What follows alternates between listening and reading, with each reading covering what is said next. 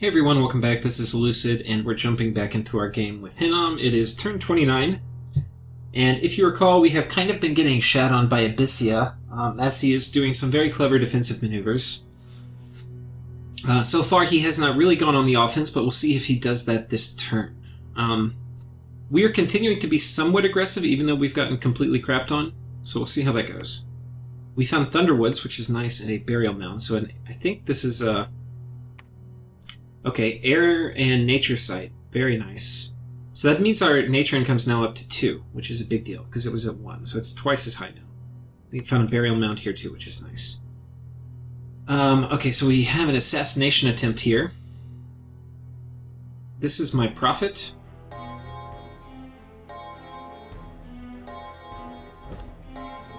Okay, we kind of murdered him. Next we have a battle here, where it appears that he is coming out of the water with what is left of his mercs. And so we drive them off. He is attacking us here. Oh, how did this guy make it? He was up north. How far can he move? Map move 29. Flesh Eater, basic armor, boots of the messenger, ring of water breathing. It's a little scary. Midget Masher. 2 times damage for smaller beings, and he is size 6. What size are my guys? I think we're size 5? Yeah. Oh god. And we don't have our enlarged guy here. If I had enlarged, we'd probably be okay, but this is not going to be good.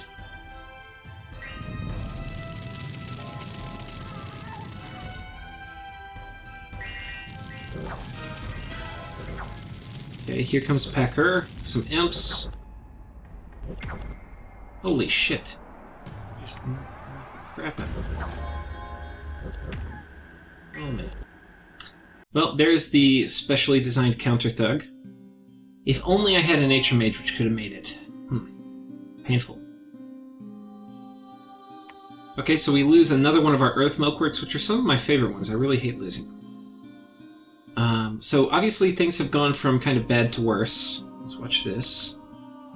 He's attacking me here with some burning ones. Okay, they wreck my PD. So what I like to think is when I do these Let's Plays, I show you kind of at least a way you can win with these nations, and right now I'm really only showing you a way to get completely stomped. Now, this is not the nation I wanted to attack, which I'll just say is some kind of preface. Okay. Horse Tribe PD are actually really good against flagellants, apparently. Got the speed here, they're going to be half dead by the time they even get there. And some of these, oh, I guess they're injured, and a lot of them were injured with limp. So, I actually had way less than I thought I would.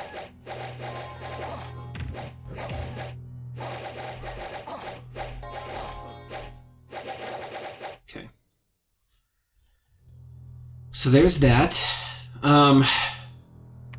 So we have basically failed in all our attacks, and he's been successful in all his so far.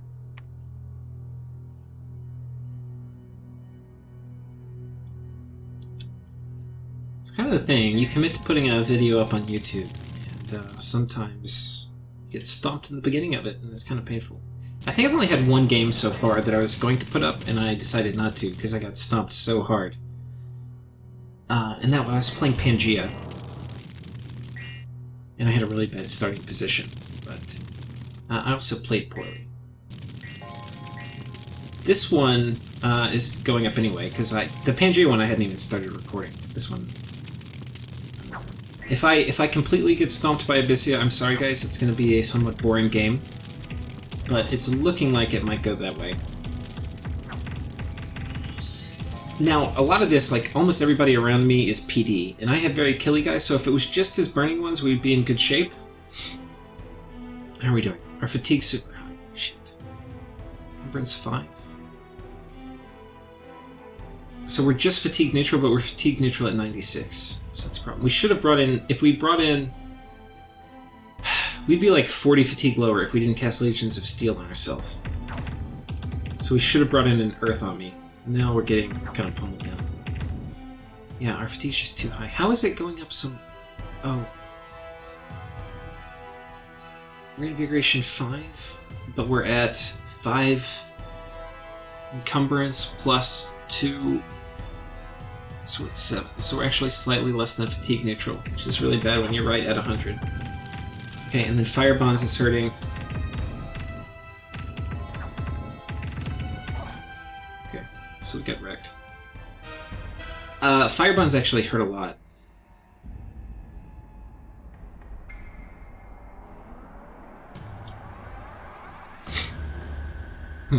Not totally sure. Okay, so, went from worse to even worse. Battle in the faraway sea. Maybe somebody throws us a bone. Okay, 1 PD, we take that. He attacks us here. Burning ones.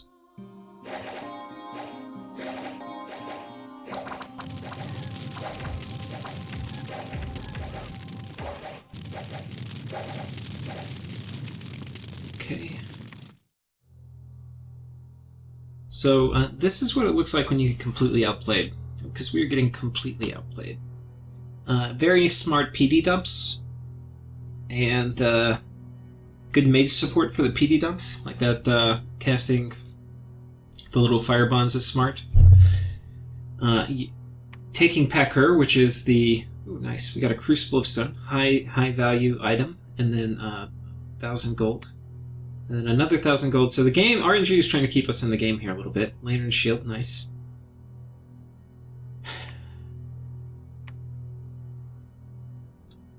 RNG is trying to keep us in the game. But it's not looking good so far.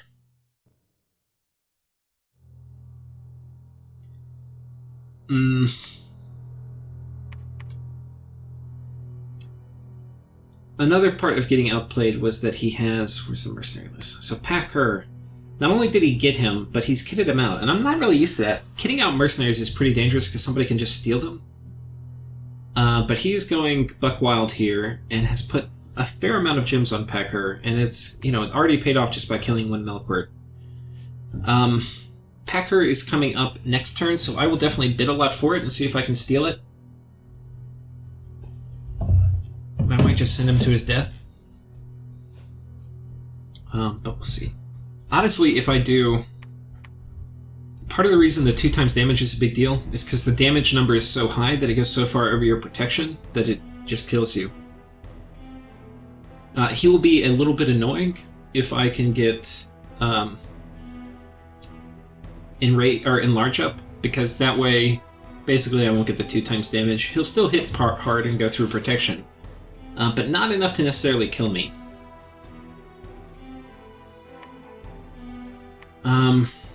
So, okay, let's do a quick inventory of the game here. We've lost, I think, 4 Melkorts so far, which is, on turn 29, that's kind of a lot, considering I didn't make him at the beginning.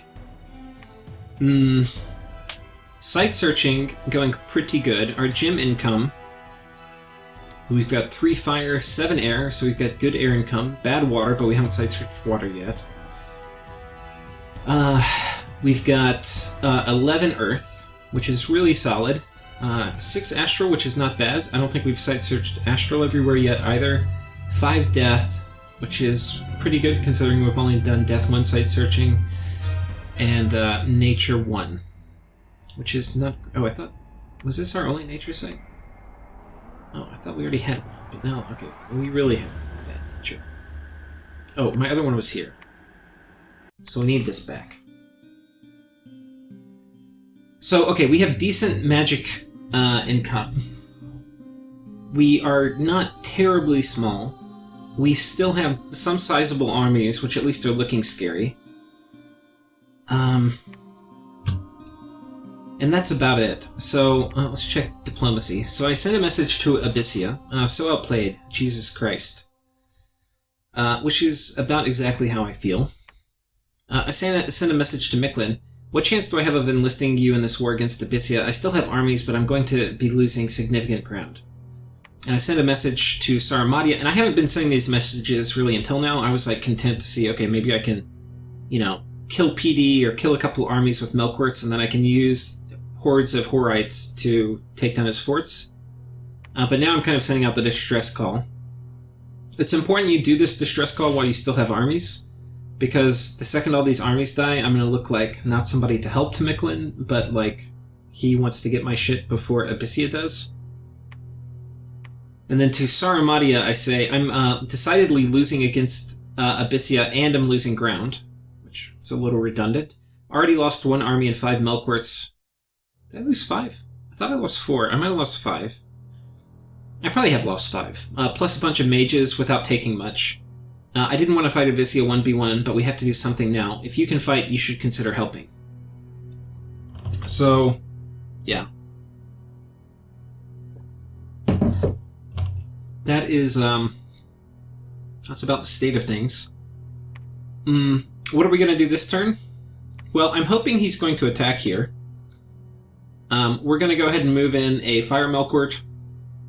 We've put the Lantern Shield on him. Finally, you see Boots of the Messenger popping out. It's not going to be enough for this guy, really, because he has high encumbrance. And...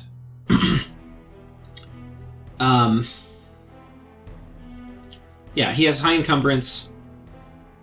And, yeah, basically with Berserk, he's going to be up at basically 7 fatigue a turn, and we're only going to be getting 3. Since we can't do Earth Power. I don't have any more Earth Melkorts, but if I did, Boots of the Messenger on them, they would be fatigue neutral. Or fatigue negative, which is what I really need. The nice thing about Fire, though, is they're not going to be getting up to as high a fatigue because they don't really have a long buff script. I think I'm going to be trying to do as little buffing on the Melkorts as I can until I get the fatigue issue taken care of. We are doing Fire Shield, which would be good against lizards if they attack. We're not going to be attacking this right now. I kind of have the feeling he's going to move a bunch of guys in there, but we'll see. I think he's probably going to attack this province, so we're going to move in our Astral Melkort and hopefully defend. Packer is right here. Somehow he got from here all the way down here through my provinces, which I don't exactly... I guess this was technically his at the time. But yeah, I don't know if I understand how that works, but anyway... I guess that was possible with Boots of the Messenger. Okay, we're making bracers of protection. The other thing we have, if we're kind of doing an inventory of our situation, is we have a fair amount of Dwarven Hammers that we've made. We've got our research economy is kind of going okay. We've got a bunch of Alquills. We don't have a ton of mages yet, but whatever. But you can see we have a lot of hammers. We have 1, 2, 3, 4, 5... 6. So we have 6 hammers, that's a lot. Now, I mean, if you translate that into gems, that's like an additional 12 gems a turn. So, that's going for us. We're not going to roll over and die, but it's not looking good. The other... Okay, so this army's probably going to go up and attack here, I think. And then maybe he moves a large reinforcement squad here, or maybe he moves back on top of this. We're not really trying to defend this, I'm just doing it on like 10 PD in case he sends a scout. Which, that's a little overkill for that. We're moving all these guys here, where hopefully...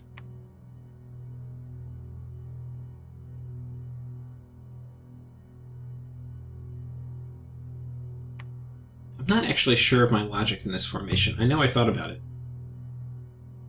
Oh, I remember. So these guys are going to stream forward, and then these guys are going to stream forward, and as they're streaming forward, hopefully they'll be in range of Luck longer. And Luck... is going to be the best thing I can cast against Burning Ones. So that is kind of the thought process. I don't know if that's like sub-optimizing, because I'm trying to get luck on more people, but I'm decreasing the surface area I have hitting. It's totally possible. In fact, it's likely. I probably should have, if anything, put like way more people in the front group. Like that. And then this group can kind of be the suboptimal crew coming behind. I think that's it. But I think these guys are probably going to move here. I kind of want to take this back, but I kind of am really worried he's going to move all these Burning Ones up here. But yeah, those events are keeping us in the game here. trying to think if there's anything else. I don't think so, so let's go ahead and go to turn 30.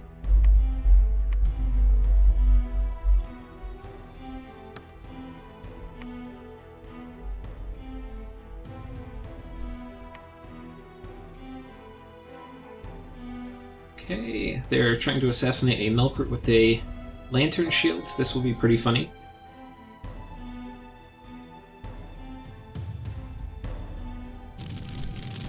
This guy have me?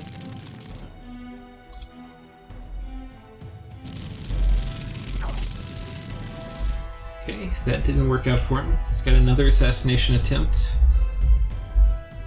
on an Ami. The body ethereal should work. These are not magic weapons. Okay, but I'm poisoned, which is not great.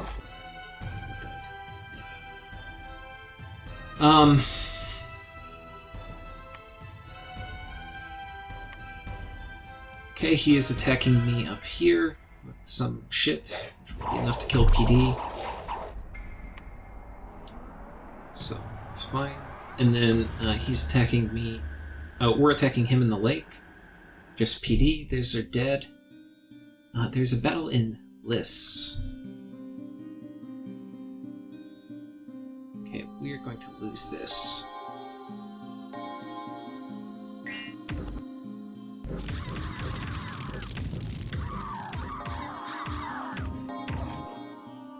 Okay, I don't think we killed anything, nope. Battle in Zimburia. Okay, a little Abyssian infantry coming out, but unfortunately for them, we have a Melkort here.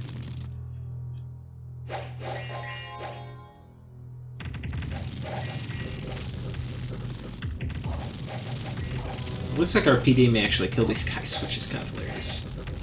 Plus, you can see we have a few people decayed here from the Lightless Lantern, or from the Lantern Shield.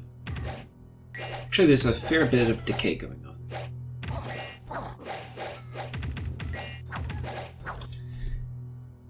See, this is the nice thing, like, we have very little fatigue because we spent very little time buffing. So, this, I think we overbuffed. There's a lot of things we did wrong. And honestly, these are things, if you tested a little bit, you figure it out if you're paying attention. I just really didn't at the time have that much time for the game. But I should have known it. I don't know. I kind of want to play Hinnom again now, where I play them, right? I probably won't put it up on YouTube, but I might play them again. In fact, I probably should do another game where I just play with Hinnom. Because when this one comes up, like when I finally put this up on the channel, it will, all my little bag of secrets will be out. And you might say to yourself, what bag of secrets? You're getting your ass kicked. And that would be a very good point. But again, Melkorts are the kind of thing where it's are really all super combatants. It's like a threshold thing. You're either good enough to kill everything or you die immediately. And we're kind of at the die immediately part. But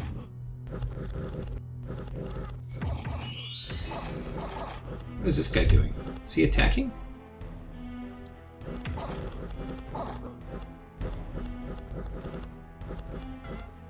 What the hell did I have him scripted to do?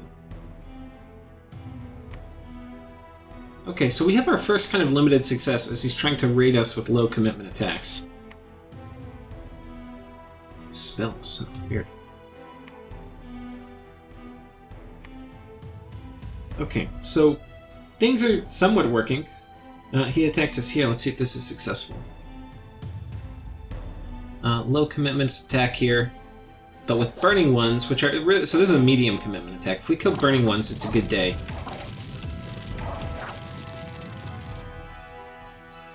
Oh, I think our guy who was supposed to cast Luck got killed. Okay, but we have overwhelmed the burning ones. They're in trouble. So, while they are very tough, if you outnumber them a lot, they die. Now, they still killed a fair amount of stuff, and these guys are expensive. They're 25 gold. So he killed 250 gold worth of stuff, and it only cost him 5 times 7... like...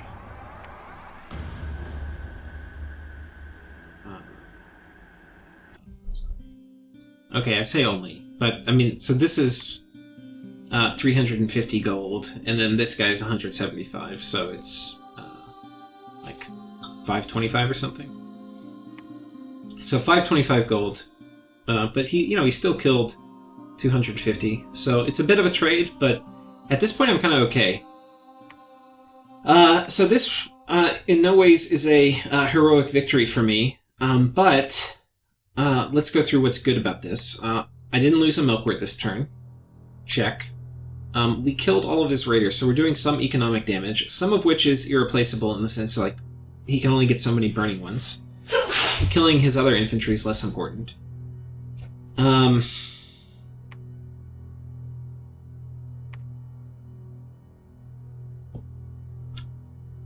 went through events, 200 people left, okay. So, could be worse. Now, what are our plans for this turn? Well, let's go ahead and just look at our forging system real quick, and we'll do plans. So we're making a bracer here.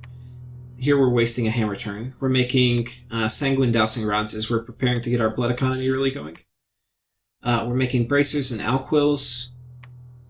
We are making bracers and boots of the messenger here. We're having to alchemize pearls every time we make boots of the messenger too. We are patrolling. Now we'll get into the move orders. We're patrolling this province. We have enough people so that if he does summon imps, we'll be okay.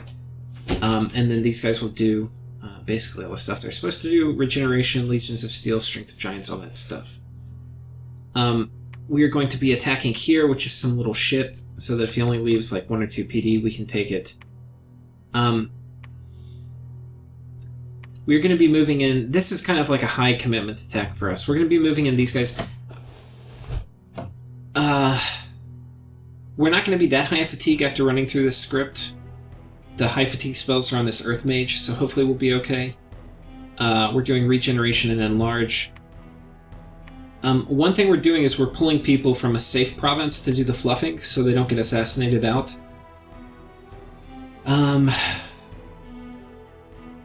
Yeah.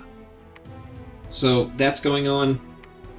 And then, honestly, I might should have done like a higher commitment here, because if he moves everybody, I'm still in trouble. I don't know if I can kill 30 burning ones.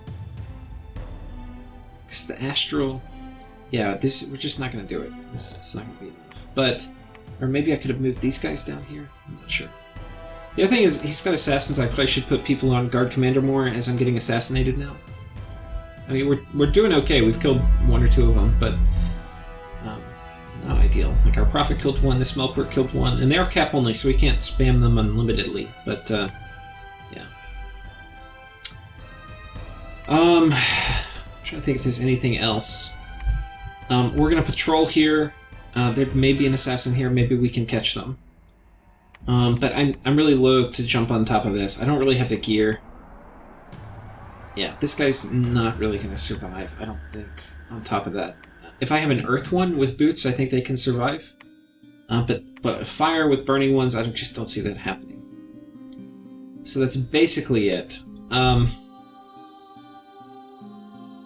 We're going to continue taking back the water. And yeah, the thing is, I want to get these guys back up here too, because I kind of just want to show a presence to Theodoros. He's kind of getting more and more dudes. Well, kind of. He is an alchemist too. Probably means there's an alchemist in one of these provinces. Probably that one. Or maybe even this one. Probably this one. That's kind of a reason to go to war with him too.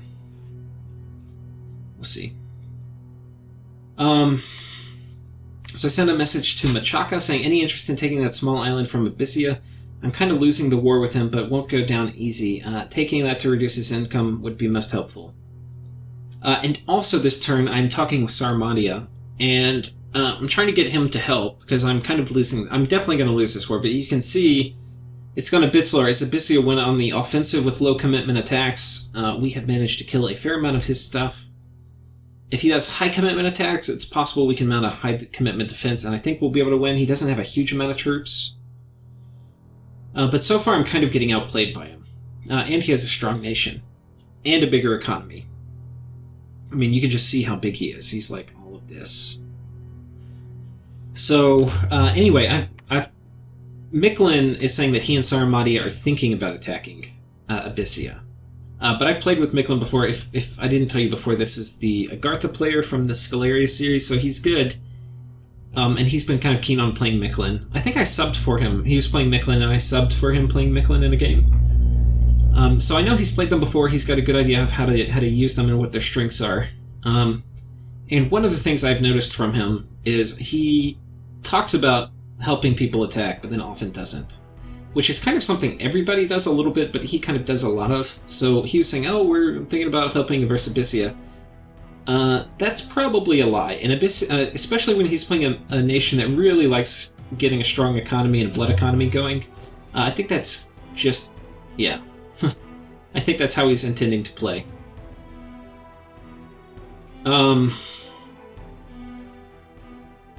So I don't think he's going to help, but Saramatia may help. And I've been talking with him, and he said he can't really commit a large army yet.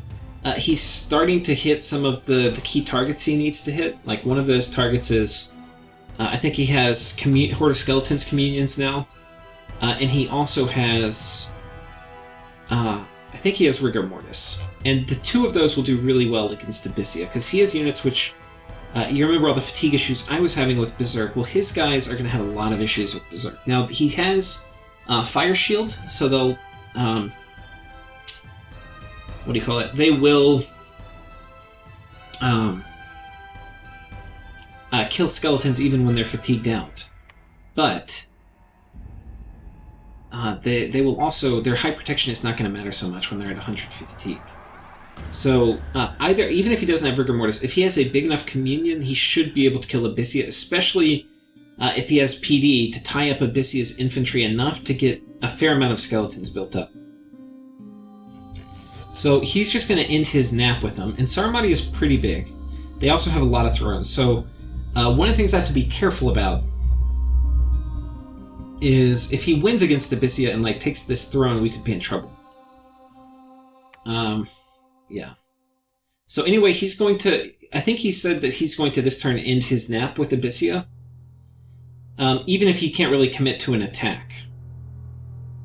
And hopefully him doing that will trigger Miklin to enter, because I think Miklin wants more territory, but he doesn't want to risk losing anything. So maybe if Miklin enters and he takes this top part of the mountain, that would be okay.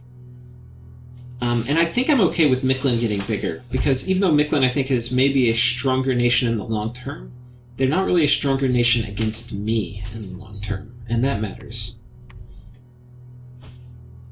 Okay, so in terms of what moves are we going to do? Well, okay, we're patrolling here. We're taking our big army up here, and we're moving them south. And I think I've covered most all the other moves. I think this was just the one I forgot. We're basically just moving these guys in. We're doing smart things like having people on Guard Commander now when we can. The thing I'm kind of loath to do, or I haven't been doing, is putting people on Guard Commander for my fluffers. The problem is, as they're on Guard Commander and the fluffer retreats, the Guard Commander units will run into combat and I'll lose them. So I haven't really been doing that.